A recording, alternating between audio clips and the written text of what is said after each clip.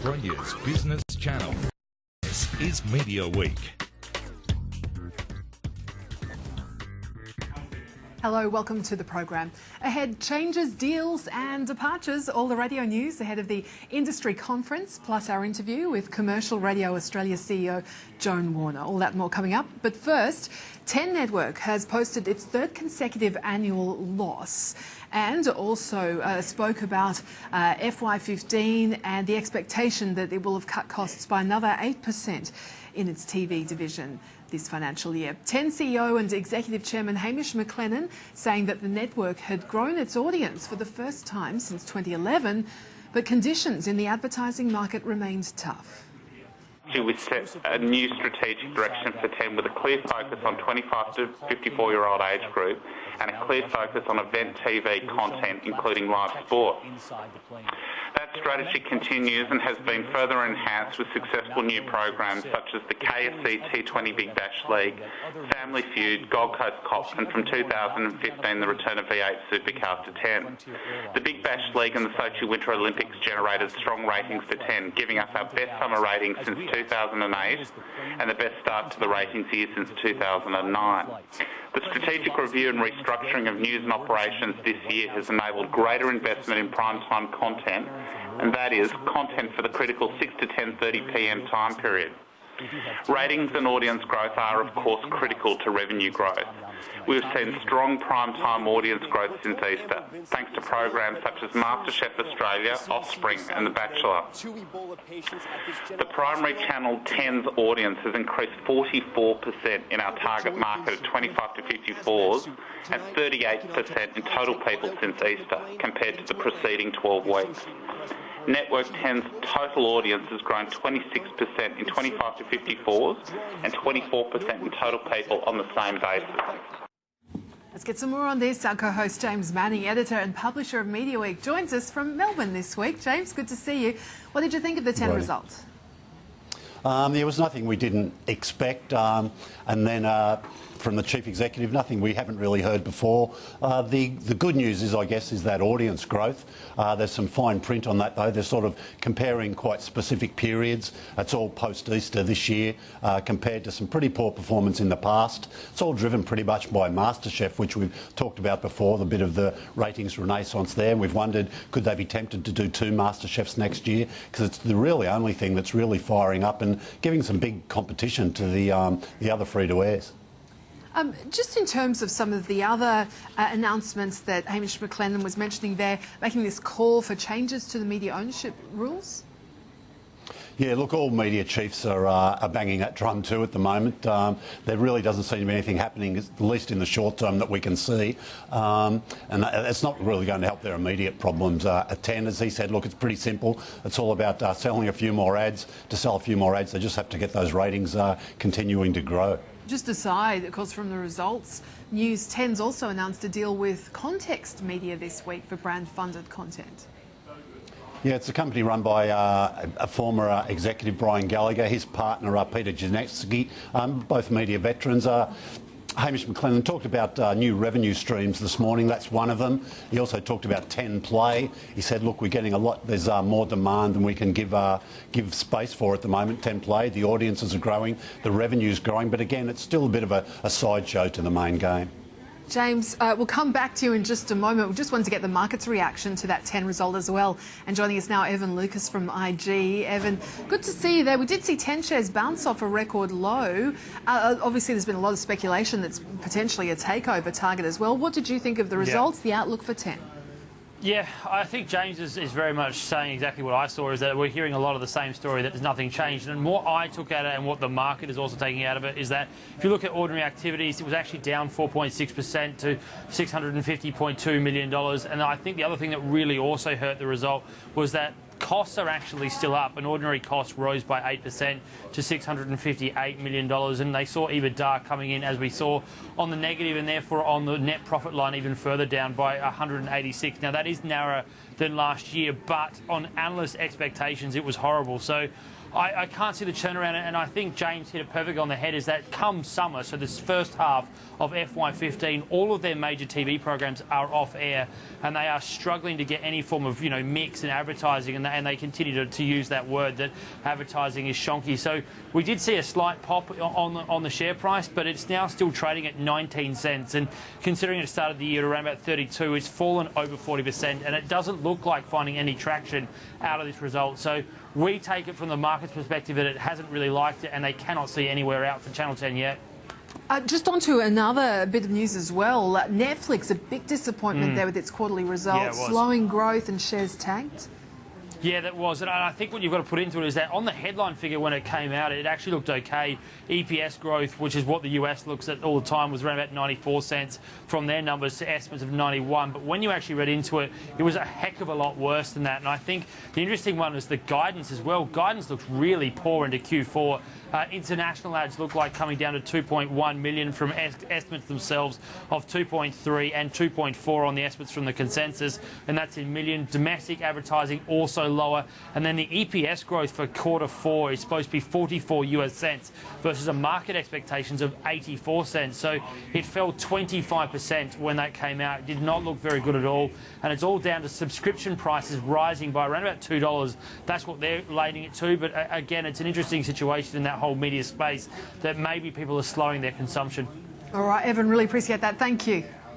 Thanks, Brody. Evan Lucas there from IG. Let's return to James Manning, Mediaweek in Melbourne. And James, just on that Netflix, the result there, and also too, any more details on the likely time of expansion into Australia?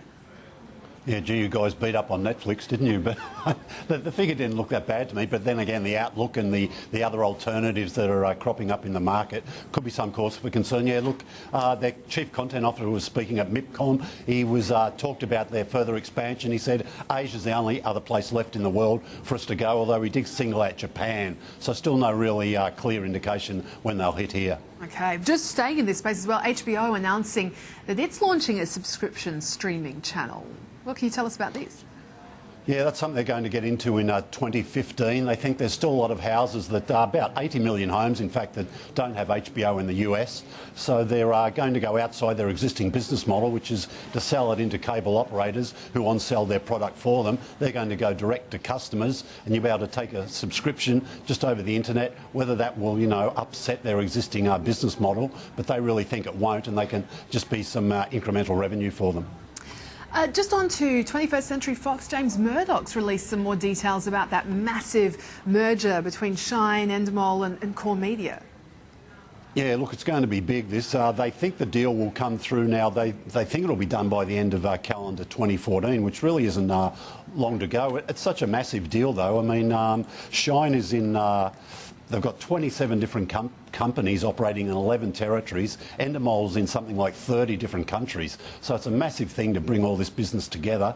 Liz Murdoch confirmed that she will step down, and the existing management of Shine and Endemol will both step down. So there's some big changes coming to the production sector. It'll be interesting to see if there's any impact on 10 too, because they do have a special relationship with Shine. They make a lot of programs for them, but now it'll be a much bigger production house and with much more commitments to all the other broadcasters as well. Got the September data through from SMI, the media agency ad spend. What's that been showing across the sectors? Yeah, the trends are similar there. Seven's still really dominating that TV space, up to 43.7%, I think it was. Someone said that's possibly their highest share ever in the SMI data. And the sort of newspapers were jumping on perhaps a potential bit of good news that the rate of decline in print advertising is slowing. It's still down significantly, but not as bad as it used to be. Just staying with print, the Maggie Award winners have been announced this week. Who with the best magazine cover of the year? Just take us through the winners and whose cover there. Yeah, look, that's their X Factor cover, their sexiest people. It's one of their biggest issues of the year. Sells very well for them. It's the second year in a row they've won. So this is a company called iSubscribe, which is a big online subscription business. Still selling a lot of magazine subscriptions, by the way, too. But they run this award every year to beat the drum, make a bit of noise about the magazine sector. And Who magazine does very well. They had winners in all different categories, and amongst the others, I think Marie Claire also picked up something too. News of an acquisition. Next Media is buying the On the Green digital golf magazine. Yeah, look, Next Media, another company doing very well in the magazine space. You're sort of a niche business, if you like. They're all specialist titles, and there's a lot of them. They're starting to mix, bring in more digital components. This On the Green was a digital-only magazine, free to subscribers. They're going to link it with their Golf Australia title and make a bit more of an exciting package to the Golf Australia customers, I think. That's Life's launched a new editorial initiative called Real is Perfect. What's this about?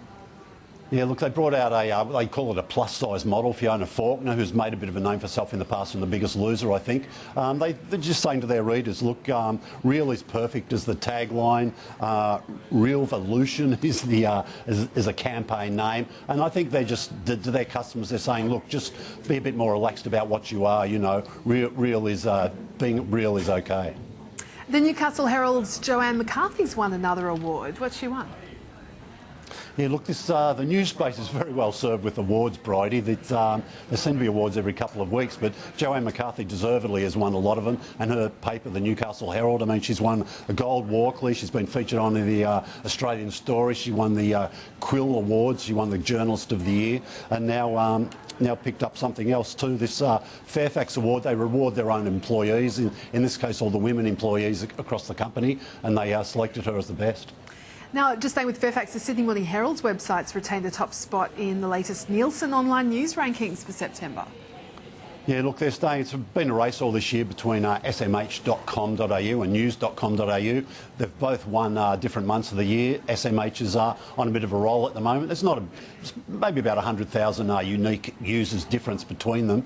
So, yeah, it's keeping the edge. And it's obviously becoming very more important for newspaper publishers, their online traffic, but they just need to monetise it a bit better. And Nielsen's won the tender for measuring online audiences in Australia. Yeah, we had Monique Perry from Nielsen on the show a few weeks ago. She was very confident they were going to win.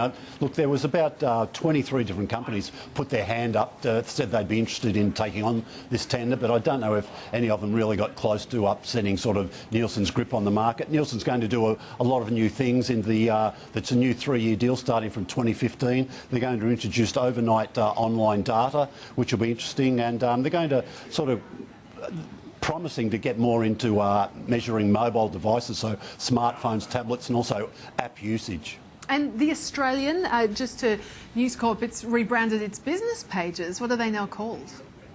Yeah, it's the Australian Business Review, and I think it's what the actual business pages were started when the newspaper launched 50 years ago.